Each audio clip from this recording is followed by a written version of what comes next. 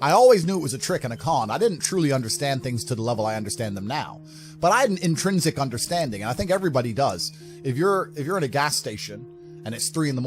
and a Lambo pulls up and a guy gets out of it, you're thinking criminal, drug dealer, gangster. Yeah. You're not thinking, he has a uni degree, because you're not going to think that. So when you see money, people don't even associate the money they see with university.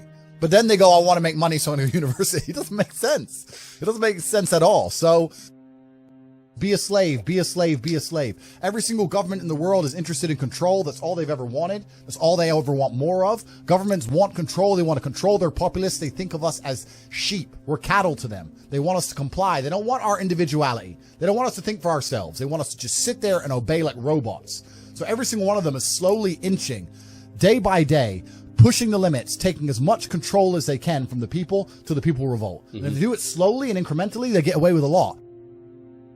This is beyond money. The people in charge of the world print the money. They don't care about money. They don't care about economies. They don't care about taxes. All these things are brokey considerations. When you print the money, do you think you give a shit if the economy's good or bad? You print the money. You don't care. What you care about is when you click your fingers, do people obey you?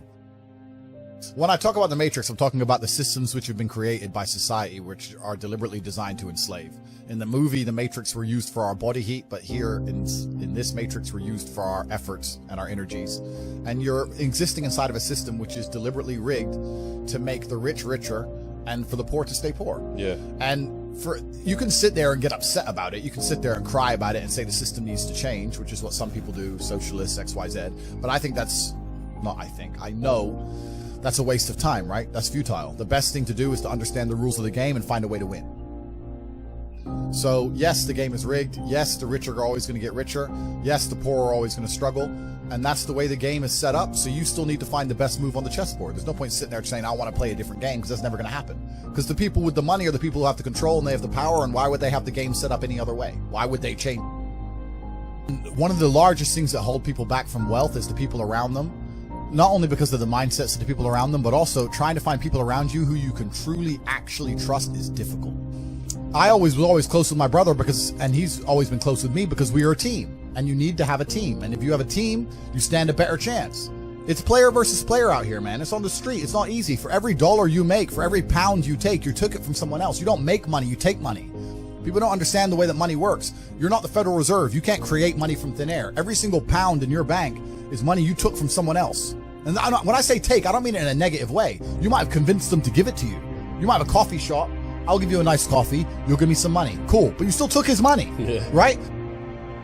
It's the true nature of the universe. You have to learn that you have to take things from other people. And by taking it, I'm not saying go rob a bank. I'm not saying that. I'm saying completely the opposite. You can be a philanthropist. I'm taking money from everyone inside of HU, but I'm changing their lives. It's a good thing. You can take money in a positive way. Most people don't look at life that way. And when you look at life that way, you need to start identifying. One of the things we teach inside of HU is to identify every single time your money is taken from you. So I say this to people. I say, for the next 2 weeks, every time you spend money, even if it's a pound, write down how they got it from you. They're like, what do you mean? I'm like, all right, cool. You're walking down the street. You're going to Starbucks. You buy a coffee. Why did they take your money? Well, I wanted coffee. Yeah, but how? Okay, you wanted coffee, right? Cool. Did you only want a coffee because you saw Starbucks, or did you want a coffee beforehand? Why did you want their coffee and not another coffee? Did you buy a cake as well? Why did you buy a cake? All right, cool. So now you identified how they took your money. Then realize how they could have took more of your money. You bought a cake, but you didn't buy a sandwich. Why? The sandwiches weren't on display, or they looked cold, or they looked rubbish. Or the woman who was serving me was old and ugly. Maybe she was a young cutie and talked to me about bologna sandwiches or a bone. Right? So you need to start identifying how your money is taken from you. Because once you identify how your money is taken from you, you can start to actually intelligently think about how you can take money from other people. If I had to open a coffee shop, if I sit in a coffee shop, right? If I sit in Starbucks, the whole time I'm in there, not only am I thinking about how they got the money from me and how much I spend, I'm thinking about how I could outcompete them. I'd sit there and go, okay, cool. I'm in Starbucks. I spent £5.68. I got a latte and I got a donut, and I'm sitting here. And that business place, that commercial property right across the street is available for this. How could I outcompete this coffee shop which just took my money? What's the profit margin on this £5.68? How much did this cost them? The coffee, pennies. Donut, 30p minimum, right? How much is the staff? They pay the staff minimum wage £8 an hour. So I've already paid 30 minutes work for that wage. She's there for another 30 minutes for free. right? How much is the rent? How much is the business rates? If I had to open up there, how would I attract people to come into my shop as opposed to their shop? They got a big brand name. I'm brand new. Okay, well, the bitch working here is ugly. My one's going to be hot. Boom. That's the beginning. Next thing, do they have any signage outside? No. I'm going to try and put some signage outside. Do they have parking? No. I need parking. But you need to start thinking about how you can convince people to give you their money as opposed to giving it to the places they already give it. And once you do that, people say, I can't think of how to make money. If you start doing that for a year and just keep a notepad, you'll have 100 ideas of how to make money. You'll sit there and go, there's a place here that's doing this, and we could do it better this way.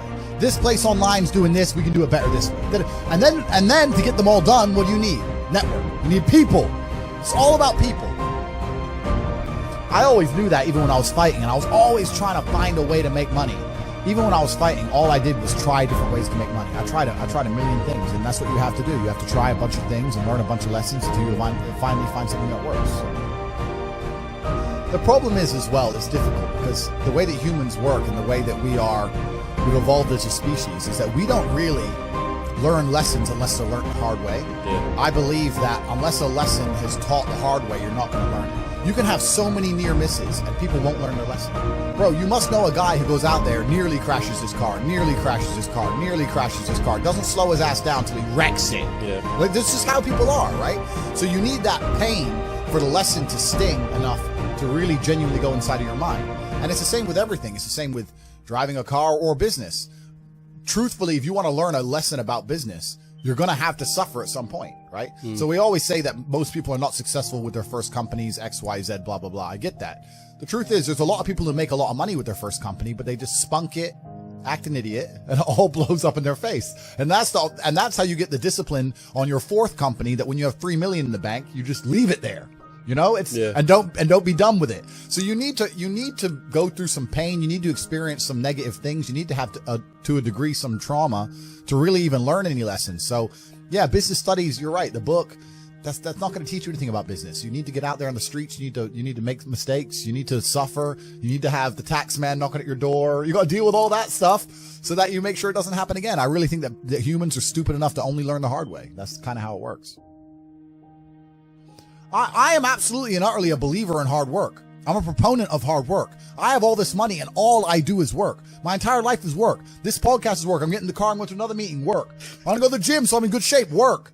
It's all work. My entire life is work. And people don't want to look at life that way. They want to talk about work-life balance and being lazy and all this crap. I don't believe in any of that. I believe in if you want to win, you have to outcompete the man who's prepared to do nothing but work. It's player versus player. If you're going to sit there and go, I don't want to work more than an hour a day, well, the guy who does want to work more than an hour a day is going to beat you.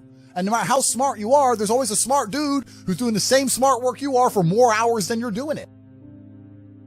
You don't notice if you're talented at something until all the hard work's done. Yep. I could be the most talented tennis player in the world, but I don't play tennis. So if I go down the tennis court, Joe Schmo is going to smoke me. I don't get to see my talent until I've worked so hard that I'm in the top 1%, and now I'm beating them because I have some God-given gift. Yeah. You understand? Yeah. You have to do the hard work first. If there's no hard work, there's no smart work. So someone's going to sit there and go, I work smart, I don't work hard, so I only have to work an hour a day. If working smart gets you a lot done in an hour a day, then you should work smart for 12 hours a day and get 12 times the work done. The traditional path to wealth is terrible advice. To go to university, get a degree, get a job, blah, blah, blah. That's terrible advice. We already know that. We talked about that. I think follow your passion is also a terrible piece of advice. Yeah. Yeah. People say, hey man, you need to find what you're passionate about and do that. And what they're trying to say is only do what you like because you have no motivation to do anything else. And motivation in and of itself is a scam. I don't believe in motivation. I believe in discipline. I am not motivated to do the things I'm supposed to do every day. I don't wake up full of like joy that I have to go to the gym or that I have to work or got to deal with crap. I don't feel motivated to do them. I'm disciplined. I do them regardless of how I feel. Whether I'm in the mood to do it or I'm not in the mood to do it, it gets done. That's discipline. Discipline's a real thing. Motivation is fleeting. Yeah. You're never going to be permanently motivated. So when someone comes along and says, oh, do what you're passionate about, what they're saying is you'll have endless motivation and then you'll be able to try hard. If you're the kind of person who can only try hard at something he enjoys, then you're going to fail. Because most things you enjoy don't pay any money. If they paid money, you wouldn't enjoy them. It's called a job, right? Nobody likes their job. You like your hobby. I'm sure you like playing video games. Maybe 1%, 0.1% can make money from video games, right? Most people, you ain't ever going to make it. Yeah. Do you think the guy in China who owns a concrete plant is passionate about concrete? You think he's sitting there stroking it at night, naked in bed? It's money. Be passionate about success. If you're passionate about money, then you can be passionate about anything. I'll be passionate about any business on earth that pays me.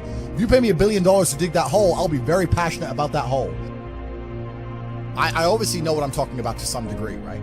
So if Mike Tyson walks in here and tells you he's going to teach you how to box and says you can't fight, you're a pussy, if that upsets you, then you can't learn, right? It's Mike Tyson. Just shut up and listen. If someone, Richard and me, comes along and says, Andrew, you don't know shit, you're a dumbass and you're a brokey, I'm going to sit there and go, okay, maybe I am a brokey, Elon. Tell me something, right? I'll listen. But if you're going to sit there and go, don't call me names and then I not listen, you're never going to get anywhere, right? You don't become the master unless you're very, very good at being a student. And I've always been very, very good at knowing when to shut up.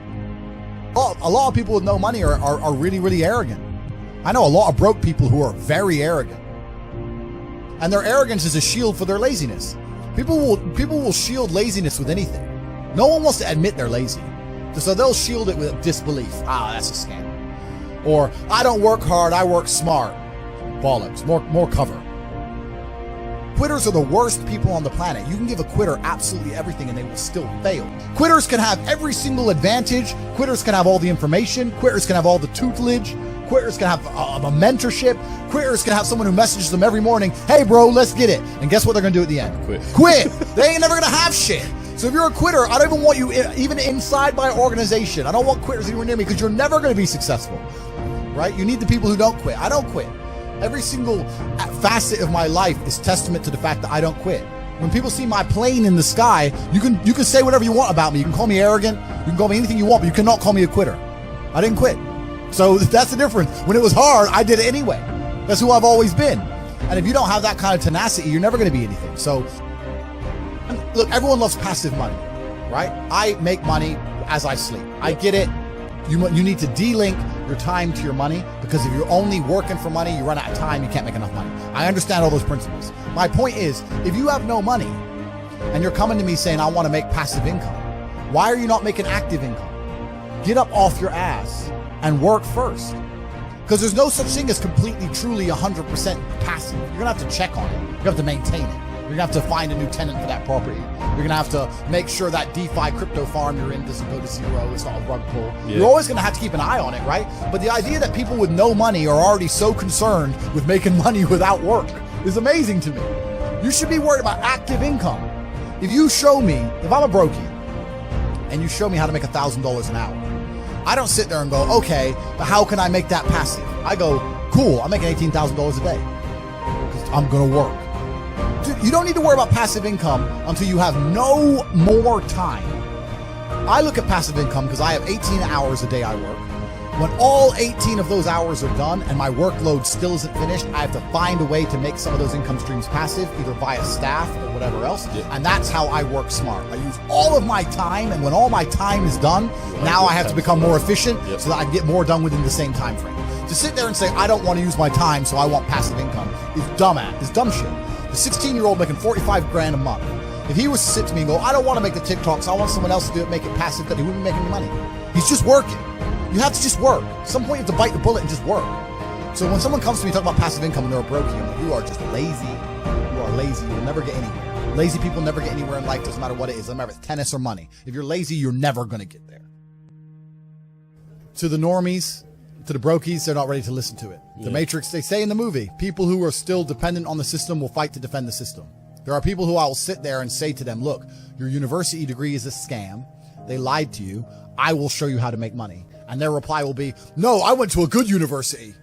They are desperate. No, that degree means something.